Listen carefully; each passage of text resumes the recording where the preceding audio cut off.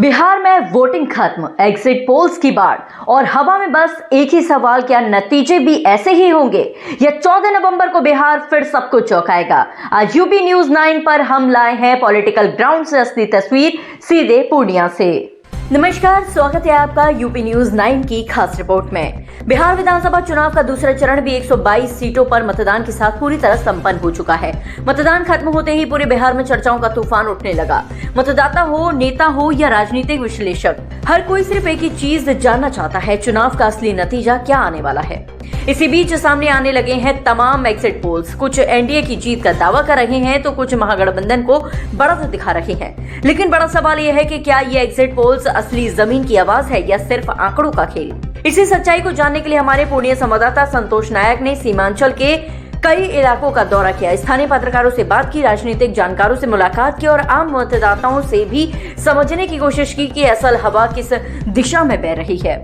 उनकी ground report से पता चलता है कि पूर्णिया और सीमांचल में एग्जिट पोल्स की तस्वीरें कुछ जगहों पर मेल खाती हैं तो कुछ जगहों पर बिल्कुल उलट भी दिखाई देती हैं। संतोष नायक ने कोशिश की ये जानने की, क्या एग्जिट पोल्स वाकई जमीन की हकीकत को बयां कर रहे हैं या फिर 14 नवंबर को नतीजे कुछ और कहानी सुनाने वाले हैं।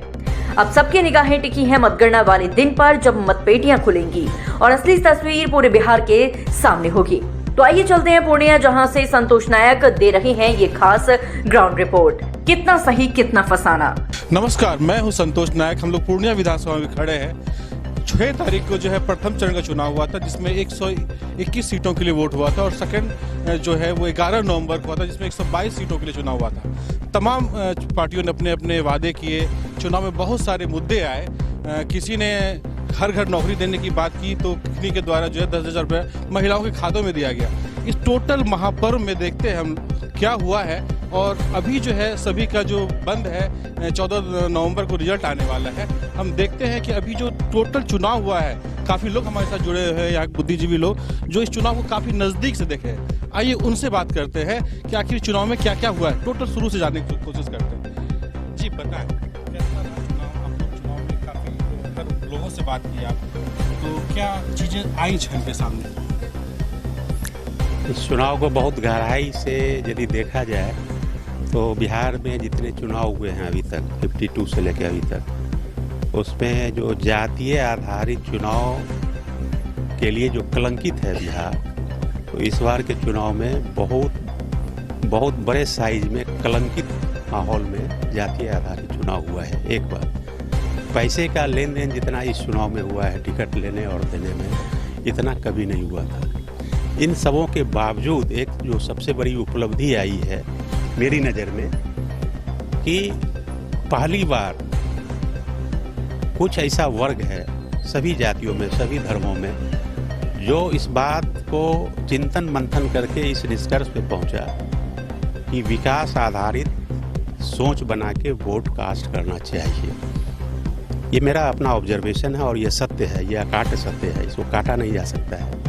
और आने वाले जो चुनाव होंगे भविष्य में, उसमें इसका प्रभाव ज़्यादा रहेगा। तो इसका ये मतलब हुआ कि जो पॉलिटिकल पार्टी जात के नाम पर, धर्म के नाम पर वोटर को गुलामी की स्थिति में रखते हैं, तो वो गुलामी की स्थिति से बहुत वोटर स्वतः अपने आप को बाहर कर लेंगे। और ये क्रम यदि चलता रहा लगातार, तो बिहार भी अन्य राज्यों की तरह आदर्श चुनाव माहौल में चुनाव में भाग लोग ले सकेंगे और बिहार में चुनाव होगा। रुझान जो आ रहे हैं उनके बारे में क्या कहना चाहेंगे? रुझान के लिए तो अब जैसे एग्जामिनेशन में जब चोरी चलती है तो फिर लोग नोट्स देख के जो लिख देता है तो वो मान के चलता है 60% मार्क्स आ जाएगा। तो वो तो जो एग्जिट पोल वाले जितने प्लेटफॉर्म है वो तो टिप्स दे ही दिए, 6 से 7 से अधिक प्लेटफॉर्म बतला रहा है कि क्या हो रहा है। तो अब उसके आधार पे तो यदि कोई कहता है कि एनडीए सरकार नहीं बना पाएगी, तो हम समझते हैं ये कहना गलत होगा। ये तो स्पष्ट है, संकेत मिल ही गया है, सिंबॉलिक मैसेज मिल ही गया है कि रिजल्ट फाइनली क्या होने जा रहा है। प्रशांत किशोर जी का जन स्वराज है, वो कहाँ पर आपको दिख रहा है इस चुनाव में? उनका क्या? प्रशांत किशोर जी को कितना टिकट आएगा, ये मेरे जैसे व्यक्ति के लिए कोई वैल्यूएबल चीज़ नहीं है। मेरे लिए वैल्यूएबल चीज़ है कि चुनाव में और चुनाव के लिए जो कुछ आदर्श बातें होनी चाहिए, जो आज तक कभी नहीं हुआ था बिहार में, वो पहली बार प्रशांत किशोर जी उसकी शुरुआत किए हैं। माहौल बना है, एक न्यू जनरेशन जो है, युवा पीढ़ी जो है, वो प्रशांत किशोर से मानसिक रूप से जुड़ा है और उनकी भावनाएं जो हैं, उनका जो विचार है कि चुनाव में बिहार की जो स्थिति रहती है उसमें बदलाव आनी चाहिए, विकास आधारित अच्छे लोगों को चुनना चाहिए, अच्छे लोगों को महत्व मिलना चाहिए। इसका जो बीजारोपण हुआ है जन स्वराज के माध्यम से, ये बिहार के भावी पीढ़ियों के लिए बहुत मूल्यवान चीज़ है। सीट कितना आएगा नहीं आएगा, सीट तो नहीं आएगा, लेकिन माहौल एक बहुत अच्छा बना है। आप भी जब सर्वे करेंगे तो जो युवा पीढ़ी है बिहार का, वो पीके के विचारों से ओतप्रोत हुआ है और मेरा दावा है कि प्रत्येक घर में माताजी पिताजी के ना कहने के बावजूद भी युवा पीढ़ी पीके को वोट कास्ट किया है उसके फेवर में। आपका कहना है कि जो युवा है उनका जो चुनाव के प्रति जो पहले लगाव था वो कम होता था, वो प्रशांत किशोर के कारण दोबारा वो जागृत नहीं, लगाव तो था ही, लेकिन एक जो आइडियल सोच होनी चाहिए जिसका अभाव हुआ करता था, जात पात आधारित, धर्म आधारित, उससे बिहार का युवा पहली बार निकलने के लिए सोचने को मजबूर हुआ है। कुछ निकल गया है, कुछ निकलना चाहता है, कुछ वैसे माहौल की अपेक्षा रखता है और बिहार को भी जो कलंकित है कि बिहार में चुनाव ऐसे विचारों पे होता है, ऐसे उद्देश्यों को लेके हो रहा है जो मीनिंगलेस है, उससे बिहार को निकलना चाहिए और उसमें मेरी भूमिका होनी चाहिए। ऐसा बिहार का युवा पहली बार इस चुनाव में उस मानसिक लेवल पे पहुंचा है।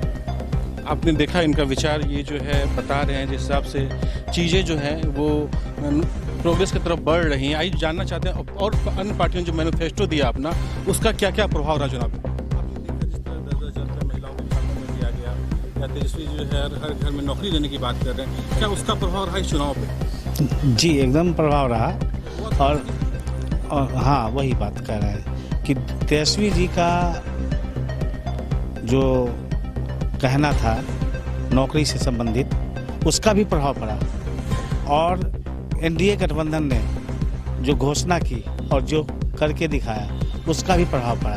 प्रभाव में फर्क केवल ये है कि चूंकि एनडीए की सरकार बनी हुई थी, एनडीए की सरकार ने लगातार लोगों को लाभ बोलते हुए पहुंचाना प्रारंभ कर दिया। 400 रुपया को 1100 रुपये करना और बिजली का फ्री करना और लगातार ओपन कर देना उसको और बिजली का बिल कम आना और फिर उसके बाद अकाउंट में पैसा डाल देना। नुमाद नहीं हुआ, पुलिस को लाठीचार्ज नहीं करना पड़ा और ईवीएम वगैरह के आने के बाद तो बूथ कैप्चरिंग होता नहीं, लेकिन जो वोटर मैनेज किया था ताकत के बल पे वो भी नहीं हुआ। तो ये सबसे बड़े लोकतंत्र की यहाँ पे जीत हुई, सुशासन की जीत कह सकते हैं आप इसे। जो मैनेजमेंट किया था ये सुशासन नीतीश कुमार के नहीं, मैं कह रहा हूँ, एक मिनट माफ करें, ये सुशासन चुनाव आयोग का, उन्होंने जो व्यवस्थाएं की, ये चीजें बहुत बड़ा फैक्टर है। तीसरी बात, जो वोटिंग रेशियो बढ़ा है, ये इस चुनाव के लिए सबसे गर्व की बात है कि इतना होना ही चाहिए। लोकतंत्र में 40, 45, 50%, 55% की वोटिंग होती है, उसमें सरकार चुनते है, तो ये न्याय नहीं होता। कहीं इसमें एसआईआर का क्या रोल रहा इस परसेंटेज को बढ़ने, कैसे मापते हैं आप लोग इसको? देखिए, एसआईआर का रोल निश्चित रूप से रहा है। अच्छा सवाल आपने किया है और इसमें ये भी लोग जो कह रहे हैं कि जो बाहर अप्रवासी थे, हाँ, वो जो छठ में यहाँ आए या पर्व त्योहार में आए, लौट के नहीं गए। अगर लौट के नहीं गए तो छठ पर्व के बाद जो ट्रेन भरी हुई मिल रही थी, टिकटें नहीं मिल रही थी, तो कौन लौट रहा था? क्या छठ में जाकर के फिर वापस आके वोटिंग डालने गया?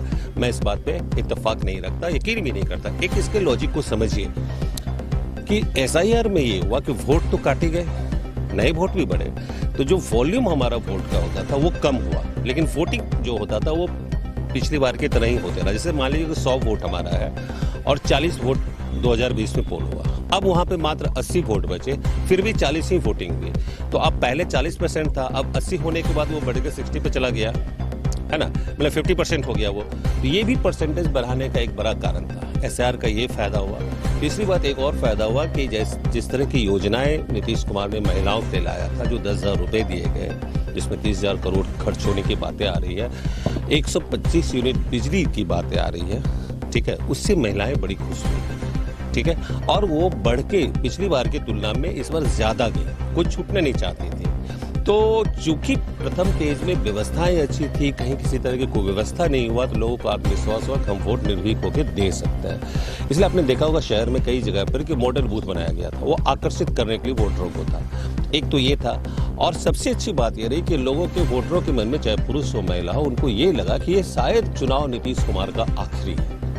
अब नहीं हो सकता, या हो सकता है 1 साल 6 महीने के बाद भी नीतीश कुमार चेंज हो जाए, या तो उनके दल का हो या उनके सहयोगी दल का कोई चीज सीएम बन जाए, वो एक अलग मुद्दा है, उनको अपने आप में खेलने दीजिए। सरकार किसी की बने, सीएम नीतीश कुमार ही होंगे, इसको लेकर क्या आप मानना है? साहब, बिहार राजनीति का एक बड़ा ही नया हीरा है नीतीश कुमार। मैं आपको सच बताता हूँ कि श्री बाबू बिहार के प्रथम राष्ट्रपति के बाद अगर कोई मुख्यमंत्री वाजिब में बिहार के लिए इन्होंने एक काम किया है, बिहार के हर तबकों के लिए काम किया है, तो उसका नाम है नीतीश कुमार। बहुत काम किया है नीतीश कुमार ने।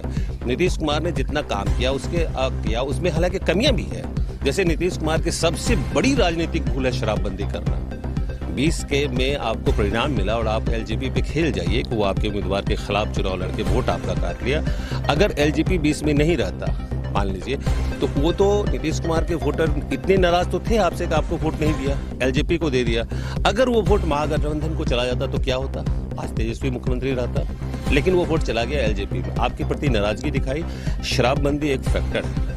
अगर किसी को ये लगता है कि इस चुनाव में जेडीयू जो है वो बीजेपी से ज्यादा सीट हासिल करने जा रही है, तो मैं इस पे सहमत नहीं हूँ, और बीजेपी ही प्लस पे रहेगी, वो आप देखेंगे। तो शराबबंदी भी एक बड़ा फैक्टर है नीतीश कुमार के पूरे कार्यकाल में। इसके अलावा नीतीश कुमार की किसी भी योजना पर आप उंगली नहीं उठा सकते हैं। अब देख रहे हैं, बात हो रही है कि शराबबंदी बहुत बड़ा फैक्टर है। वास्तव में हमने भी ग्राउंड लेवल पे देखी है कि जो राजस्व था बिहार का, वो मुख्य रूप से आसपास के राज्यों में बट गया। हमारे साथ एक महिला पत्रकार भी है जो बाहर से आई हैं और लगातार 10 दिनों से इस इलाके के मतलब सुदूर इलाकों में, ग्रामीण इलाकों में जा रही है, जहाँ पे सड़कें नहीं है, कभी इनको अपने जूते उतार के जाने पड़े। आइए उनसे बात करते हैं, क्या रहा ग्राउंड रिपोर्टिंग, कैसा रहा?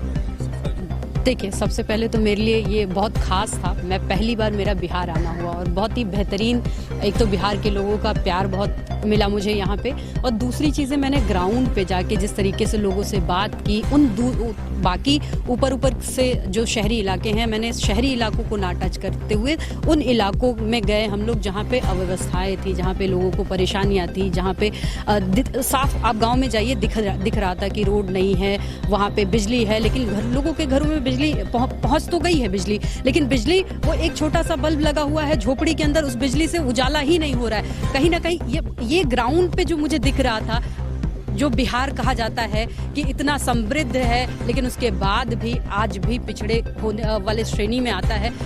सबसे बड़ा कारण मुझे जो लगा, बिहार घूम के भ्रष्टाचार बहुत है। नीतीश की सरकार पे जो व्हाइट कॉलर भ्रष्टाचार का आरोप लगता है, वो साफ तौर पे दिख रहा था। सुदूर ग्रामीण इलाकों में जाइए, वहाँ पे लोग कह रहे हैं कि जी हमें पैसे लिए जाते हैं, हमें योजनाओं के नाम पे पैसे ले गए, ऑफिसर ले गए, हमें ना हमारा शौचालय बना, ना हमारे घर बने, जबकि पैसे ले गए। आपने देखा हमारे साथ तमाम पत्रकार थे, बुद्धिजीवी वर्ग थे यहाँ के, जिन्होंने इस टोटल चुनाव का जो विश्लेषण किया है, वो लगभग इस आधार पे किया है कि लग रहा है कि वास्तव में जो है जो चुनाव हुआ है वो इस बार नेक टू नेक की बात हो रही थी, शराबबंदी की बात हो रही थी, उससे भी जो है नीतीश जी को नापा जा रहा है। महिलाओं ने बताया उन महिला पत्रकारों को कि इस चुनाव में जो है शराबबंदी बड़ा मुद्दा रहा है, और 10,000 देने की जो बात थी वो भी जो है बड़ा मुद्दा रहा। महिलाएं रात में काफ़ी देर तक, रात में 9 बजे तक वोटिंग हुई कुछ इलाकों में यहाँ पे। तो कहीं ना कहीं जो है जो 14 तारीख को निकलेगा आखिरी रिजल्ट क्या निकलता है, लेकिन फिर भी यह जो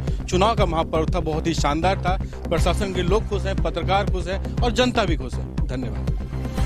अब सबकी निगाहें 14 नवंबर की मतगणना पर टिक गई हैं। नतीजे बताएंगे एग्जिट पोल्स थे सही या जनता ने रचा है नया राजनीतिक समीकरण। बिहार चुनाव के अपडेट्स के लिए बने रहिए यूपी न्यूज़ 9 के साथ, और अगर आपको हमारी ये खास रिपोर्ट पसंद आई हो तो वीडियो को लाइक करें और शेयर करें, साथ ही हमारे चैनल को सब्सक्राइब करना ना भूलें।